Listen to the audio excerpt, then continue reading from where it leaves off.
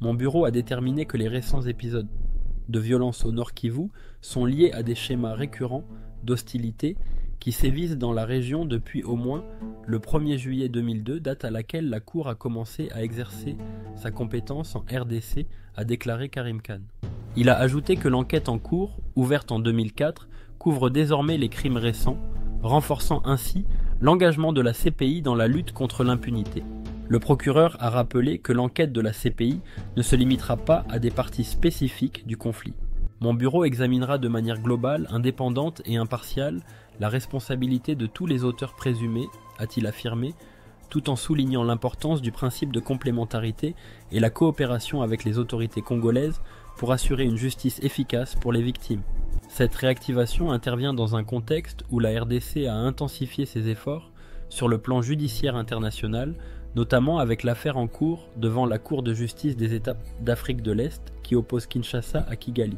Le gouvernement congolais, par la voix de Samuel Mbemba, vice-ministre de la Justice, avait exprimé son mécontentement face à la lenteur des procédures de la CPI dans l'examen des crimes perpétrés à l'est du pays, accusant le Rwanda de soutenir les exactions commises par le groupe armé M23.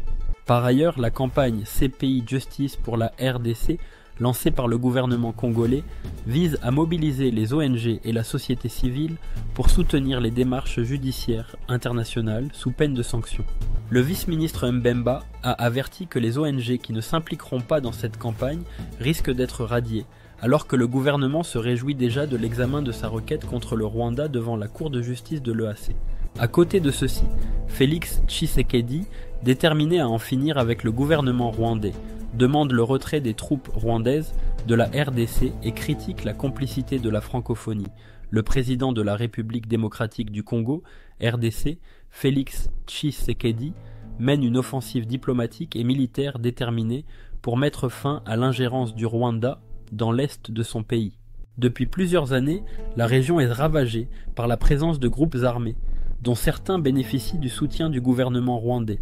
Ces milices, semant chaos et insécurité, ont conduit à de nombreuses violations des droits humains et à une déstabilisation durable de cette partie du Congo. Tshisekedi, exaspéré par cette situation, demande le retrait immédiat des troupes rwandaises présentes en RDC et dénonce la duplicité de certains acteurs internationaux, dont la francophonie, qu'il accuse de servir les intérêts du Rwanda sous l'influence de Paul Kagame et avec la complicité de la France. Les interventions avec l'ONU. Félix Tshisekedi a sollicité le soutien des Nations Unies, en particulier la mission de l'Organisation des Nations Unies pour la stabilisation en République démocratique du Congo, MONUSCO, présente depuis 1999. La MONUSCO a pour mandat de protéger les civils et d'appuyer les efforts du gouvernement congolais pour rétablir la paix et la sécurité dans les régions affectées par les conflits armés. Cependant, face à l'incapacité de cette mission à éradiquer les groupes armés, Tshisekedi a intensifié ses pressions sur le Conseil de sécurité de l'ONU pour que des mesures plus fermes soient prises contre les milices soutenues par le Rwanda. Le président congolais a également plaidé pour l'imposition de sanctions économiques et diplomatiques sévères contre le Rwanda et ses dirigeants responsables de la déstabilisation de l'Est du Congo. Tshisekedi exhortait la communauté internationale à cesser toute complaisance envers Kigali et à agir de manière décisive pour faire respecter la souveraineté de la RDC. Le rôle de la SADC est sur le plan régional. Félix Tshisekedi a sollicité le soutien de la communauté de développement de l'Afrique australe, SADC, une organisation régionale clé. La SADC a manifesté son appui à la RDC en s'engageant à intervenir pour stabiliser la région des Grands Lacs. Tshisekedi a plaidé pour un effort régional concerté afin de repousser les forces étrangères présentes sur le sol congolais et de protéger les frontières du pays. La SADC a déployé une force régionale pour aider à rétablir la sécurité dans l'est de la RDC en renforçant les capacités de l'armée congolaise, FARDC, pour qu'elle puisse mieux répondre aux menaces posées par les groupes armés, y compris ceux soutenus par le Rwanda. L'implication des Congolais eux-mêmes. Les forces armées de la République démocratique du Congo, FARDC, sont un acteur central de cette lutte et le président s'est engagé à renforcer cette armée, malgré les défis posés par des décennies de conflits internes. Félix Tshisekedi appelle également les citoyens congolais à la vigilance et à la mobilisation patriotique. Félix Tshisekedi appelle également les citoyens congolais à la vigilance et à la mobilisation patriotique. Il incite la population à dénoncer toute complicité locale avec les forces étrangères et milices armées, tout en encourageant une unité nationale forte face aux ingérences extérieures.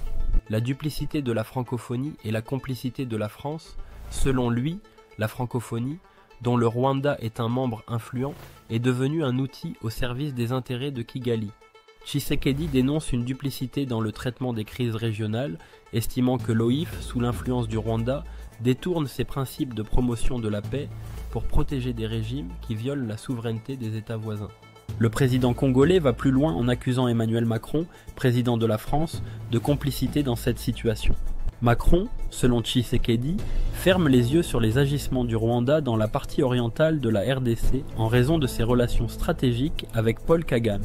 Cette complicité, jugée inadmissible par Tshisekedi, fragilise non seulement les efforts de paix en RDC, mais trahit également les principes fondateurs de la francophonie, censés promouvoir la démocratie, les droits humains et la stabilité. Félix Tshisekedi est fermement décidé à en finir avec l'ingérence rwandaise en RDC et ne compte pas céder face à la pression internationale ou régionale. En s'appuyant sur les Nations Unies, la SADC et en mobilisant les Congolais, il espère obtenir un retrait complet des troupes rwandaises et rétablir la paix dans l'est de son pays. Toutefois, il demeure méfiant vis-à-vis de certaines institutions comme la francophonie, qu'il accuse de servir les intérêts du Rwanda avec la complicité tacite de la France. Dans cette lutte pour la souveraineté, Tshisekedi met l'accent sur la nécessité d'une solidarité internationale transparente et équitable afin de garantir une paix durable en RDC.